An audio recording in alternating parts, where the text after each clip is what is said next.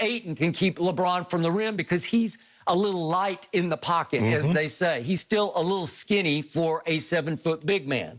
So LeBron has to go into all-out attack mode from the start. And here's the point.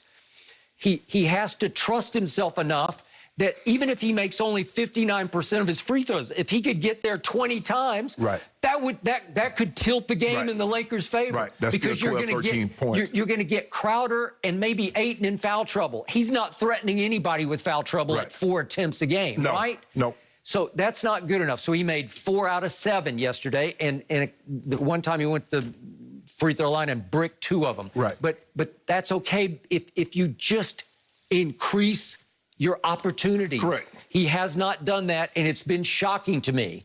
So now he goes into a game, and the Suns are 4.5-point favorites all of a sudden. So it's flipped wildly back and forth. So the odds makers are saying, we don't think AD's going to play. No. So it's all LeBron all the time. Now I'm going to get to your point. You said they're traditional in that they don't have a center who can shoot threes. Right. Well, wait a second. What do I see on my box score here? Wait, who's this guy, Mark Gasol? No, I'm saying they start. Gasol can shoot, but they start Drummond, then they go AD and LeBron. So that's a big team. Guess who played more than Big Penguin yesterday? Gasol. Mark Gasol. Guess who played 0 minutes in the 4th quarter? Big Penguin. Or as I call him, Kareem Abdul-Drummond. But see here. So they just said no. And by the way, Gasol made 3 out of 5 threes. That'll work. Skip, he gives you that, but the problem is that they put him in the high pick and roll, and because he's so slow-footed, guess what happens? Either Booker or Chris Paul is 4 foot from the basket, or DeAndre Ayton is dunking the ball on somebody's head. Okay. So you can go smaller if you feel like it. Right. The way the Clippers went small, they did. They just said, nope, we don't care. You can put big Marjanovic of Boban in there. You know, you could put him in, and we're still going to try to stay small for a while. Because you know why, Skip? He said because Ty Lue said, well, they don't post Porzingis. Porzingis is 7'3" point guard. He wants to play on the perimeter. So why are we playing Zubats? So they put him in the pick and roll. Well, if they're not going to post Drummond, or if you're not going to post Mark Gasol, what's the advantages of playing him? But you got to play a big because Ayton is 7 foot tall, 270. He is 7 feet tall, and he wrecked you yesterday with 17 rebounds. Just like game 1. Remember game 1, he was 21 and 16. Yesterday, he was what? 17? What? No, he was 14 and 17. Yep, 14 and 17. So LeBron in game 1, that's the shameful game. That's the one that puts you behind the 8 ball to me. Because in the 4th quarter, LeBron went 1 of 4 from 3 and 1 of 4 from the free throw line. That won't work. And slowly but surely, even without much of Chris Paul in game 1, they managed to hold off the Lakers. So yesterday, LeBron played pretty well in the 4th quarter until a flashpoint that occurred fairly late in the game. It was 1:23 left, and they still had a chance. And if we could see this play, Schroeder drives, and LeBron thought he got fouled and didn't get a call. And there's a little push by LeBron, and he pouts the referee. He whines the referee, and neither he nor Schroeder get back, and the ball swings to guess who? Jay Crowder. And of all the players who he's afraid of LeBron James. LeBron's clowning him in game 3, right, that we talked about last Friday. And what happened? The ball swings to Crowder, and he makes the dagger shot. Well, it was a lot of Skip. We saw a lot of that. We saw LeBron get a dunk yesterday, and everybody celebrating. And Mikal Bridges is in the corner, shoots a 3.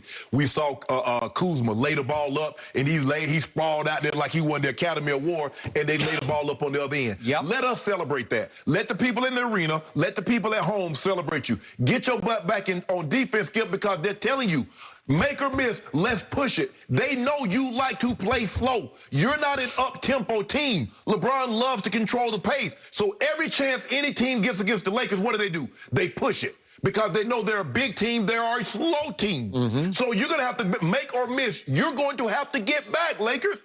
But these turnovers, Skip, they had 15 turnovers yesterday. Caruso and LeBron had 10 of the 15. They did. 7 of them came in the 3rd quarter. When you go 0 for 7 from the 3-point line and 7 turnovers, you're going to lose more times than not. Because Chris Paul was in complete control yesterday. He had 9 assists with 0 turnovers. By the way, LeBron had 6 to Caruso's 4. Okay. So that brings us to Chris Paul. I was a little surprised that he brought up in the on-the-floor post-game TV interview that his coach, Monty Williams, wanted to sit him for the game. He wanted it known immediately, publicly, that his coach said no, and he said no to his coach. Well, how do you get away with that? Was he trying to say, I have the final say here? It was a little surprising that he brought it up because I have nothing but the utmost respect for the coach of the year, Monty Williams. Skip, remember I said I thought they should not play Chris Paul on Thursday and save him for Sunday. That's what I was thinking. All right, well, apparently his coach was going to save him for Tuesday. Right, he was like, he was doing it the opposite. Okay. Yeah, I don't know why Chris brought that up either because it makes the coach wanted to bench me, but I was like, nah, I'm playing. And it put Monty in a tough bad situation. Yeah, it does. When he had to answer, and he said, I didn't want to play him, but he said, give me a shot and see if I can go. Right. And he looked okay from the start, but not great until the second half. Right. What was the halftime? They were up 4 at halftime. Up 4. And then here he came in the second half. Chris Paul, playing with quote-unquote one arm, suddenly looked like Chris Paul again. He looked like mid-range that good. guy. He did. And he was deadly from mid-range. And it's a weird, elbow free throw line shot, and he's lethal with it. And did he not look like himself? So he proved his coach very, very wrong in the second half. And I want to say, on epic games for Chris Paul, and he's had a lot of struggles in the postseason. He still has no ring, obviously.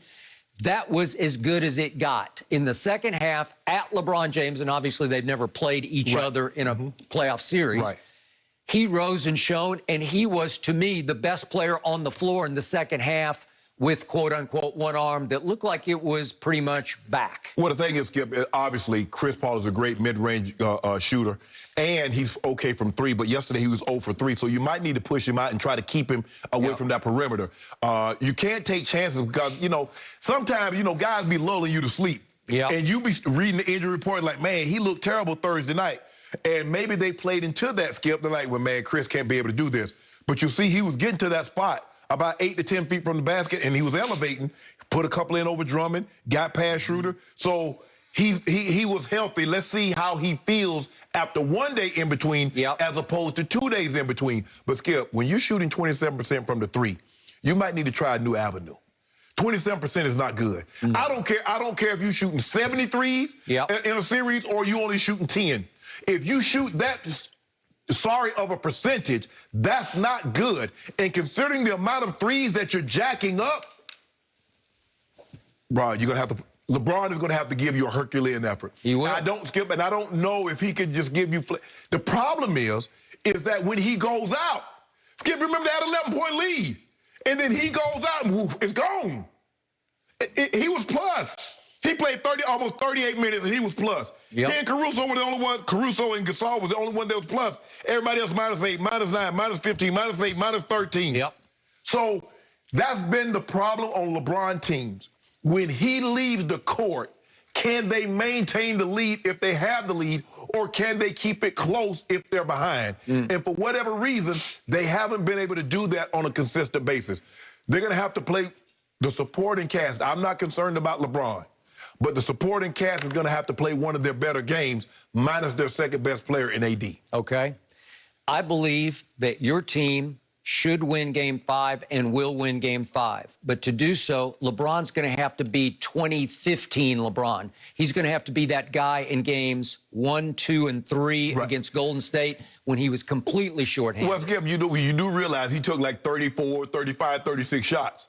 It's the best I've ever seen him play, and he's going to have to approximate that because you know and I know it's going to be crazy at Phoenix tomorrow night, but they still, he has still played almost 40 more playoff games than the entire Phoenix roster. So Chris has played a lot of playoff games, but nothing like LeBron has played. Crowder's been in a few. He's been in a few, but it's LeBron. It just dwarfs them in playoff experience and stature. So now he's got to rise and he's got to shine. He's got to be that guy you keep telling me he is. So if you're Frank Vogel, how do you start? With no AD, do you start Gasol and not play Drummond? Because you got to go with a big to deal with Ayton. Because if you don't, Ayton will have 30 points and 20 rebounds. Or he might have 20 points and 30 rebounds. So you got to have a big to battle him. But or do you start Gasol? Speaking of playoff experience, I would start Gasol. It just feels better. It looks better. Drummond hasn't been playing much in fourth quarters anyway. Just flip it around and go first quarter and see if you can establish a lead that you could hang on to. Well, Gasol's going to have to make the three because unless he makes the three, Ayton is not going to come up from under the basket. Well, so you got to have to make him pay so LeBron can have a lane because if you don't make him pay, he's going to be there to challenge LeBron at the rim. Yeah, I don't think Gasol is half of what he used to be when he was Defensive Player of the Year. Right. But I do think he's better than Drummond, and I think he'd give him a better chance just on savvy and experience and feel than Drummond will.